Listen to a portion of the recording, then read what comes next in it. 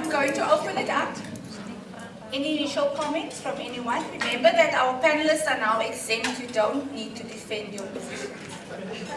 Nicholas is the first. And if I don't know your name, don't feel offended. Please just say who you are.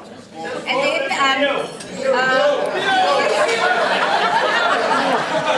we just call you Theo. Okay. I am going to ask that we please have, is there a roving mic? Let me just make sure, Hardy, is there a roving mic? Nicholas over there?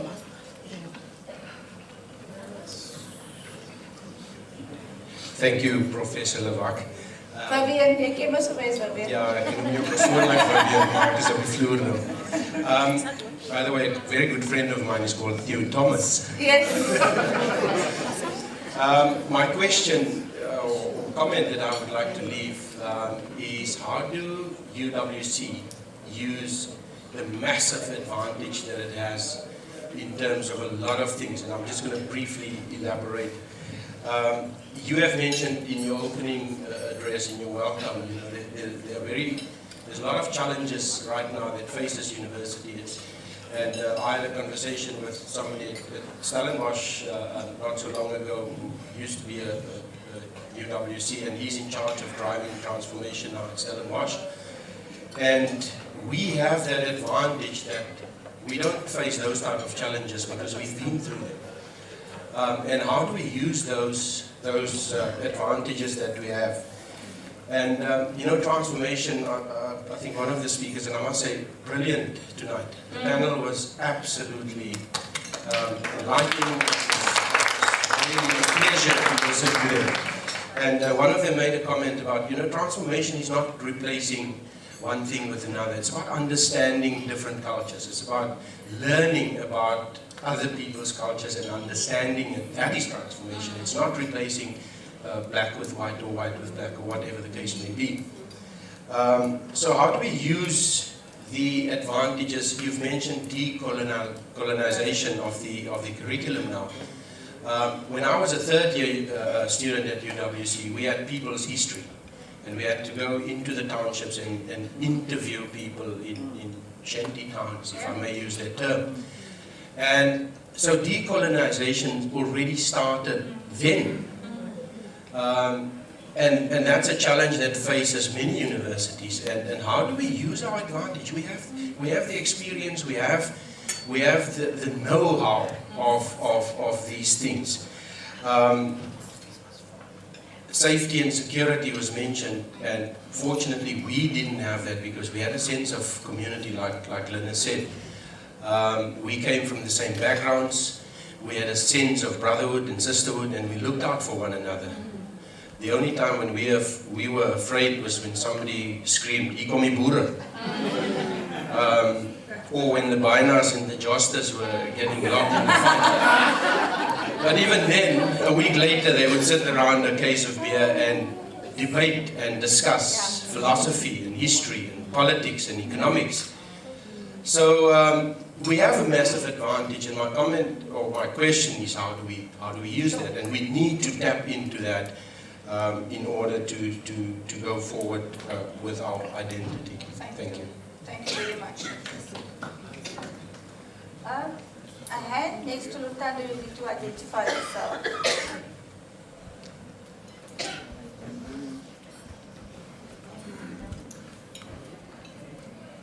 My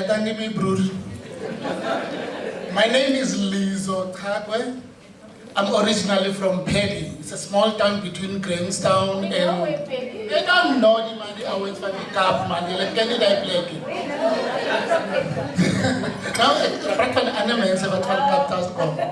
Now, I want to say something today.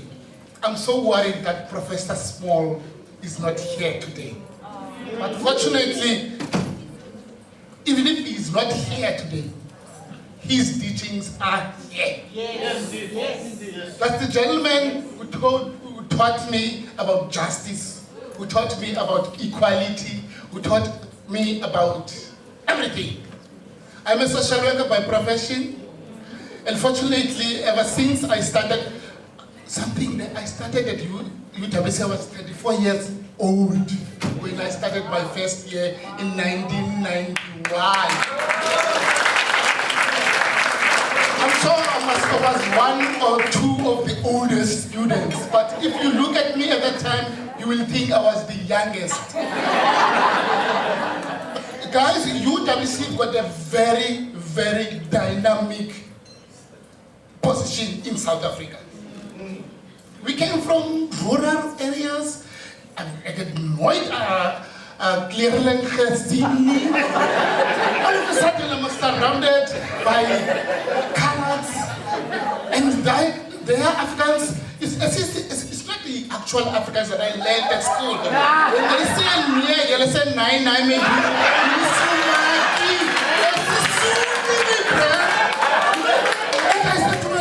Unfortunately, I had a friend of mine, Jeremiah Stafford. She was from East London. She's still a social worker today. I was always around the people from Western Cape. I like one of the panelists said, UWC taught us that even if you are Udlamini like me, but in the bigger picture, yes, my brother, yes, your brother, yes, my sister. What I want us to take forward, as I said, I'm a social worker today. I'm working with children. I work with other departments, health, education, sort of SAPS, NPA, because we are busy. I'm working with the children that come into conflict with the law. We try and interpret and teach people about the Child Justice Act and the Children's Act. One thing I've learned about those two acts, we are making a mistake if we think we are going to address the issues of our social ills if we do them as individual departments. I even suggested in one of our forums, I said, why don't we do away with these departments? Let's make cluster, social cluster, all departments that works towards social justification, social upliftment must be in one cluster, and all the funding must be in that cluster. So that when we talk about social transformation, about crime, we do it as that. Please, UWC, take this thing forward.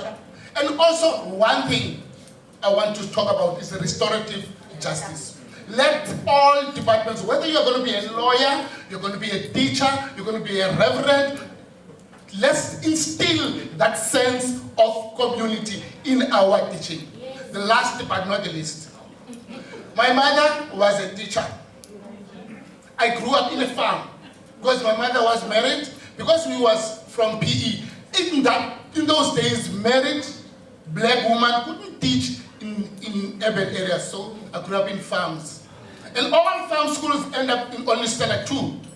And from then on, you will have to go and change your surname so that you get an ID, a dog pass, and all that. But what is worrying me today about teaching is one thing.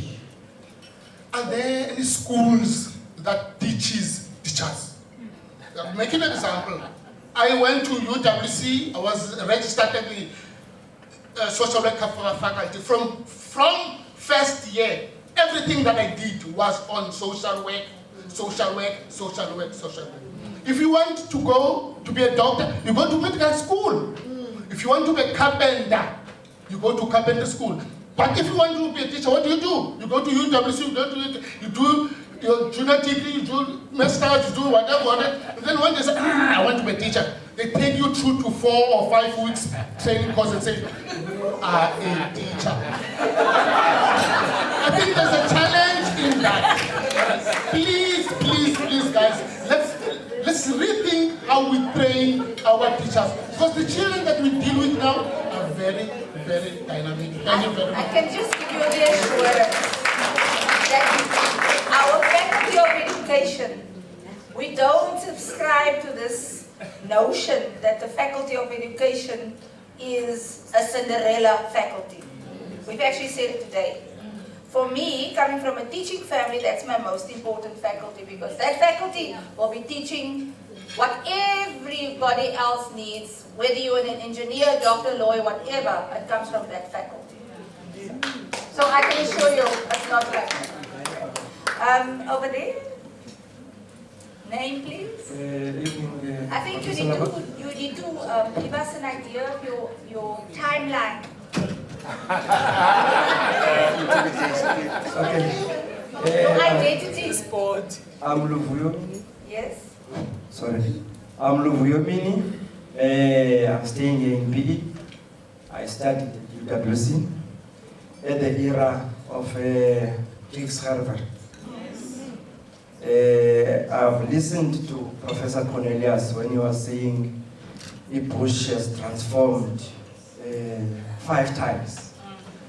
But I'm very proud to be in that, to be a product of that era of Jigs Harvard.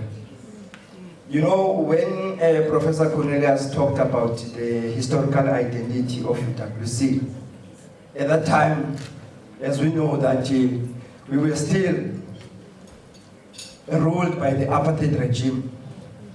It was that critical time where we called ourselves young lions in the institutions. My issue, the first one is I've got a challenge with this decolonization. The context of it, you know, because I know that UWC has long tried to move to the left in dealing and transforming our mindsets. So I don't get the context when you talk of decolonizing at this juncture, especially under the principles that we grew up under, under the era of Jigs Harvard. The other issue that I'm proud of, UWC has taught us to challenge the status quo of the previous government, you know. We were trained there not to be submissive and be docile, you know. You must every time challenge the status quo, but guided by education and your principles. The issue also that I want to raise is that as we were prepared, because we knew that South Africa is at the stage where we will remove the apartheid regime. And most of us at that time were taught in terms of taking over and transforming the country. In that era of the late President Mandela and also the era of Thabo Mbeki, you could see a lot of products from UWC who were at governance, you know, but they started perishing and being ostracized at the time Zuma took over, you know. And if you can see what is happening now in government and governance, you would realize that our country is going down the drain. There's an issue also when we talk of constitutional democracy. Our institution participated in this process, in building the country, because we talk of a constitutional democracy now, and it was planned at UWC. Indeed. Now, you have a challenge also when you realize now that the incumbent president, let me go back to the constitution. I'm going to give you 1 minute, okay? Yes. As we are deepening our democracy, you would find that we need to re-look again on the constitution. We need to revisit. Because there's this thing now of a prerogative of a president, where he can do as he wishes, you know. I think it is high time as we move along that we need to revisit our constitution so that whatever challenges that we're confronted with now, we know that this is going to pass. But let us not repeat the same mistakes that we have already encountered. Fantastic. Thank you. Thank you so much.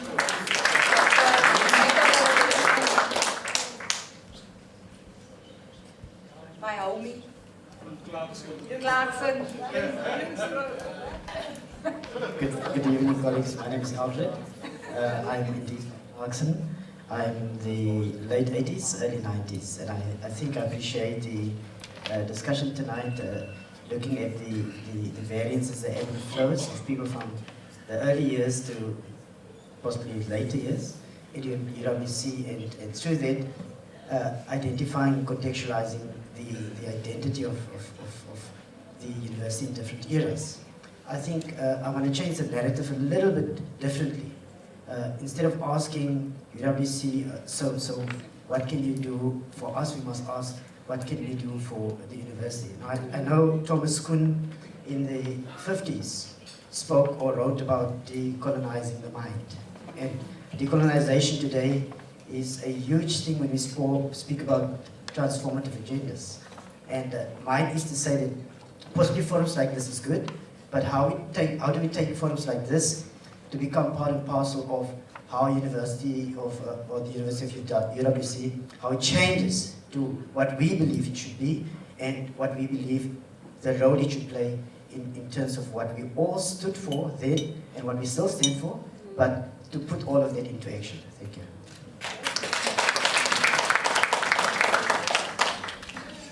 I'm recognizing one person, and then Michael.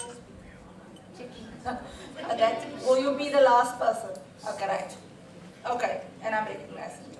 3 people, and then remember the conversations can. Who didn't I see? Oh, my former law student here. Okay, 4 people. Please try and keep it very short. She's at NMU. Good evening. My name is Pali Sakadi. I'm from New Brighton. I joined UWC when I was 16 in 1997. The reason I went that far at that age is because at Rhodes University they admitted me for a B.Proc degree, but I didn't have the funds of 10,000, and my home was supposed to be a bank loan for my first year, and we didn't know the second year and the third year and the fourth year what was going to happen. I told my parents there's an alternative. They let go of me. I went to UWC, arrived with JJ Tabane and good enough. They're still around, though. Yes. So I'm very grateful. With 3 degrees from UWC, currently I'm a councillor at ICASA, appointed by Parliament. Now, my issues, it looks like issues are still reigning. The issue of safety, the issue of transformation. We live currently in a society where women are brutalized. And as a young woman, I continue to advocate for that. Let us be the first champions of the safety of our women, and let men continue to conquer and be our partners in that, and they are not doing that. I'm not blaming anyone at the moment, but it is the status quo. When they disintegrated residences at UWC, I was at Cecil Esau, it was a male res, and they said that men and women cannot live together. We said, no way is a SASCO, it's going to happen, because at home we use 1 bathroom. And it continued. It started with the challenges of peeping toms. I was once a witness with the proctor when one of my friends from outside Guguletu came and did that. And I had to vouch and say, not in my name. And I am going to witness and give evidence against you as a law student. I will continue doing that. Transformation. When I go back to the academy, I want to run the university, because we need all of South Africa's people in these universities. There are new ones, there's Mpumalanga, there's many others, but we need especially women, African women as well. So let us be very mindful of that we need to be very conscious and have fairness in dealing with that. The last bit is that coming from a university of the left, I've had to be part of learning theories at a very young age, in understanding the Marxists and so on. But now with the political culture and then the nature of things in South Africa, most of the things make sense. All our liberators have written about this and the current environment in South Africa. And we were told, we can say it's prophets of doom, but we were once told, your Frantz Fanon and many others, of how black liberators will turn out against their people. Now, in my new environment currently, there's innovation and there's ICT. We need our university to also go very deep into that because that is the future. I was in London 2 weeks ago. They were talking about 5G and they are launching it in May next year. It means that whatever we do here, our health systems, our education systems, e-governance, how a rural young girl from Pedi, Humansdorp and Tsitsikamma is going to get to UWC. They must have first access to data and they must be able to do that the same way, equally so, as a young girl from Port Elizabeth and that one of Cape Town in Belleville. So we need to make sure that we are also advanced in thinking at that level. My last plea is that why are people with diplomas not part of the alumni? What is the issue? Are the diplomas that are being granted to them not sufficient to give them a particular status to stand for the university? Thank you.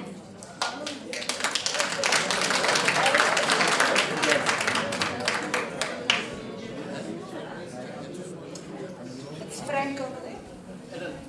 Ellen, Ellen. We are not blaming people tonight, we're getting it all wrong. Okay, Ellen Grootboom. yes, I'm Ellen Grootboom. I'm also from the city Kamma. I finished off just before the New South Africa. I think I'm grappling with one important issue here. And the issue is, I think Luvuyo also touched on it. Our intellectuals became silent. And I think we used to be the guys who say that we're coming from the university where there's doors of learning are open. We also said that we came from University of the Left. It's not now maybe time that we start looking at becoming the university with a conscience, that we stand up against the injustice of South Africa. I think a lot of alumni, a lot of intellectuals, they are placed at very strategic roles in society, but I don't think they use them properly. Now my question to all our alumni tonight is, should we not become the university of the conscious?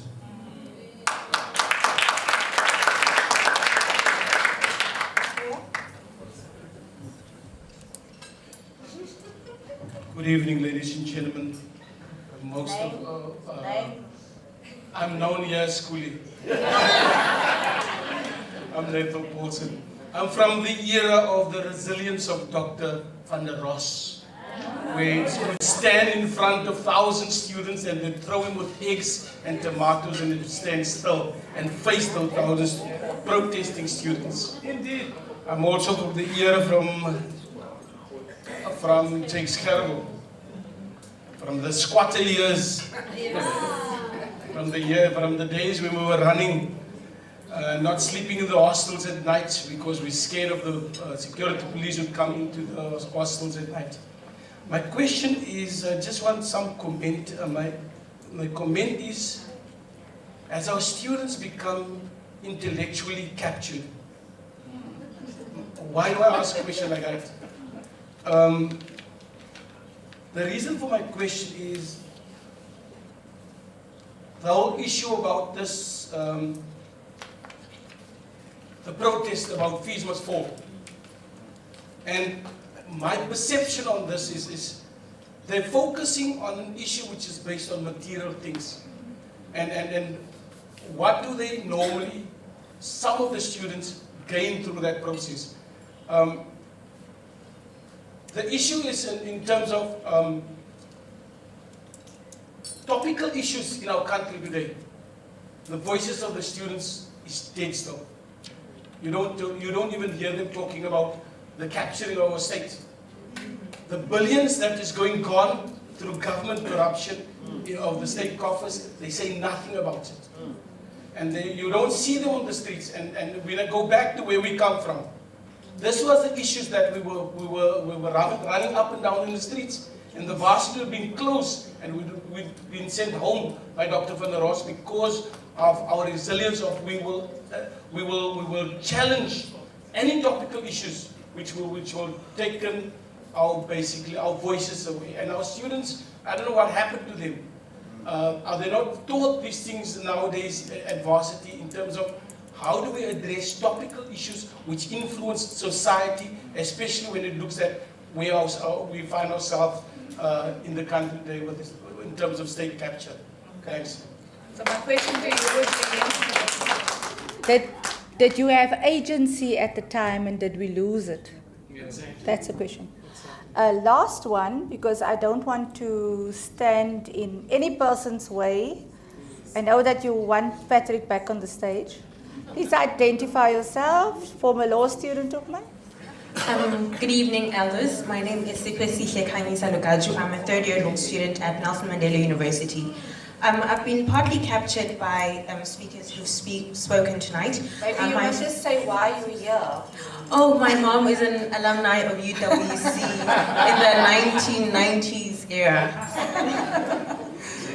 My first point would be to ask, with regards to the whole decolonization of curriculum, how will decolonization influence the identity of UWC, and how do you think decolonization as a whole should change the way people see higher education institutions, and how this will better us as students, like us learning as students, how will this better us gaining information through the system? Secondly, mentioning the part of safety and security, what steps and measures has UWC taken as a university in ensuring the safety of students, seeing as the events that have taken place in this year, especially gender-based violence? What steps have been taken? I know I'm busy with a Memeza campaign at the university. This is an anti-gender-based violence campaign which seeks to fight against such atrocities that we see in our university. So what steps have been taken by UWC? Thank you. Okay, maybe the short answer is on the first one. I tried to say that we didn't want to just focus on decolonization because that narrows the conversation. And what we've also found is different faculties, for example, have tackled the matter in a different way. So there was, for example, a seminar on decolonization of science. And then before you get into the decolonization, my timer is telling me I'm done. Decolonization of science, you need to understand what that term really means. So there's a lot of unpacking of that before you can even get to some outcome.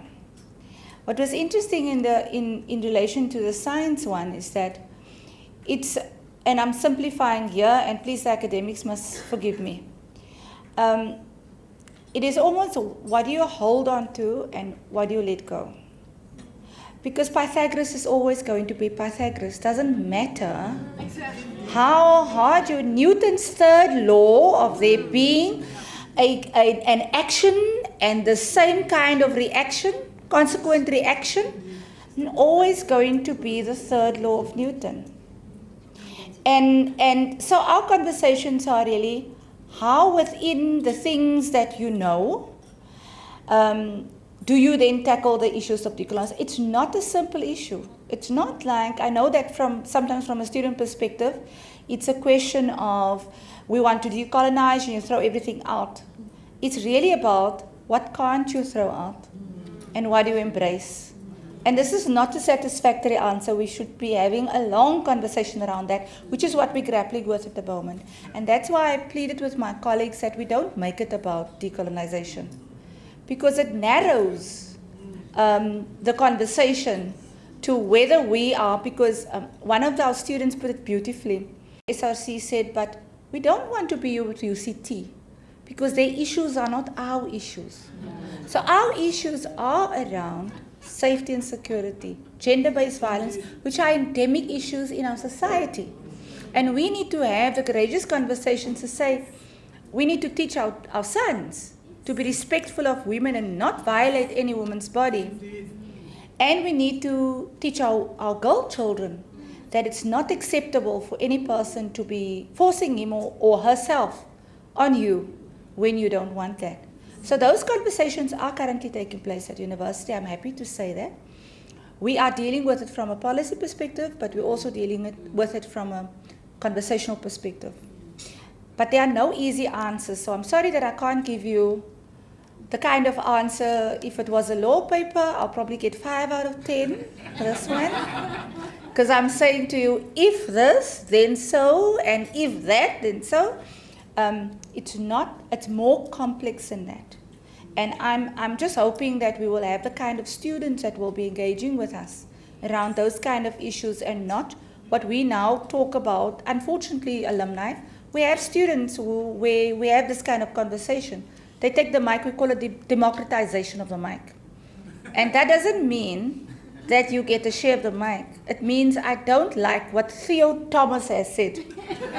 Therefore, I take the mic from him and I democratize the mic. That is what we now experiencing.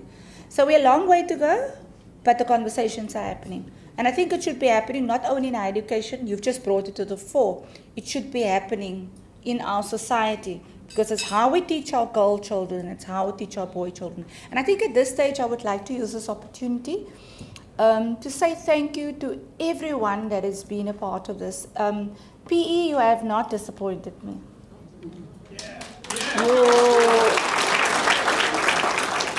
I know people think I'm biased, eh, Lutando?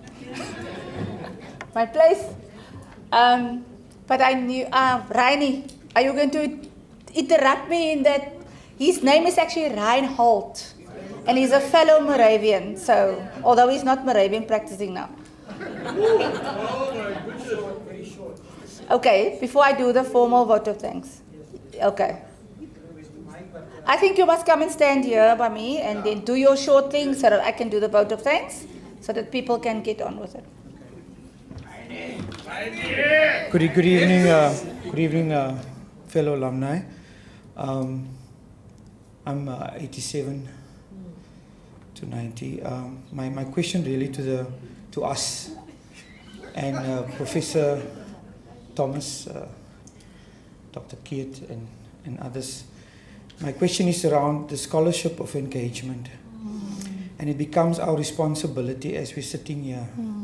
And there should be many more of us to be that voice of reason, to be that voice of the moral fabric of our society that has fallen apart, to start asking. Now, when I mean scholarship, if I understand it correctly, is to start engaging on a level, and Leeway mentioned about ICT and e-learning and all these elements that were mentioned on the panel here.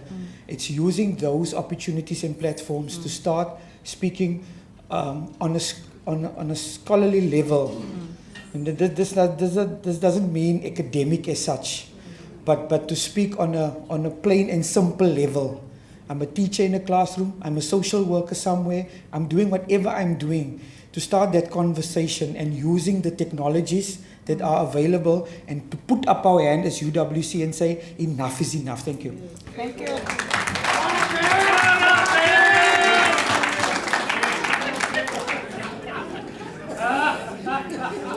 Thank you, Reinhold. We have much to think about.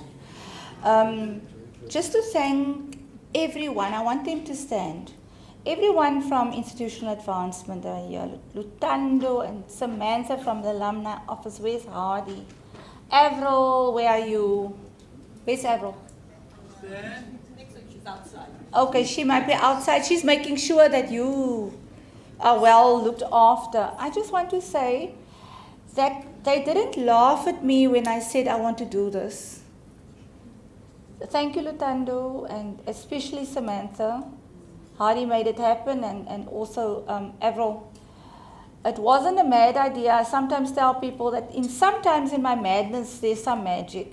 And I saw it here tonight, and I just want to thank you from the bottom of my heart to say, also to Patricia Lawrence, who can't be here tonight. She phoned me to say that in her heart she's here, And I just want to say thank you very much. So IA, shall we give them a huge hand? Then Andre Keet was going to leave long time ago, so he's already received his little gift. But I would like the rest of the panelists to come to the front and ask Dr. Morton to please bring just a small token of our appreciation for the fact that you took some of your time to think about what the intellectual identity of UWC should be and to spark conversation, because I believe that the panelists here tonight were the catalysts. And hopefully those conversations, you've seen each other tonight. Don't let me come to PE to connect you. Glynis, you and the chapter should be alive and kicking. And the challenge that Raini gave us now, and what Eldred was saying about what can you do for your university, I don't want your money, but we want your involvement. And I think that's where it is at. So if this can be a living chapter, a chapter that will be better than the Bai chapter apparently is very active. Eh? They have a lot of money too, I believe. But PE is fine. Don't tell Patricia that. Eh? It's fine, I don't want your money, but definitely your involvement. So, Professor Thomas, there's something for you. Dr. Keet, Theo, you've been renamed tonight. No, you give it.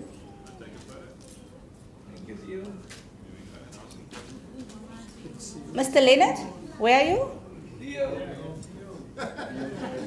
I love it when people are renamed, eh? Theo Leonard, please come. Oh, my word. Thank you. I feel like renaming Mr. Leonard as well, but okay.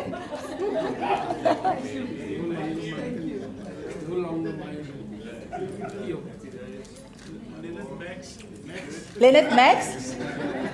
Dr. Glynis Petersen? Who just writes the most positive things on Facebook. I love following a Facebook page.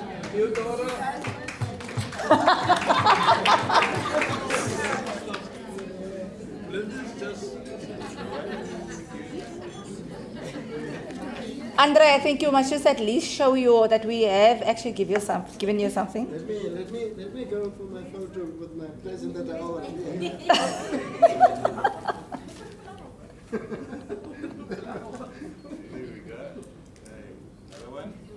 And Teliwe, you next.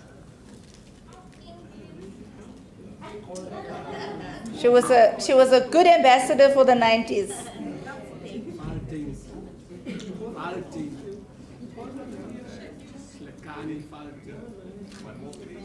Hlekani Falten. And then I suppose it's just to say thank you to all of you.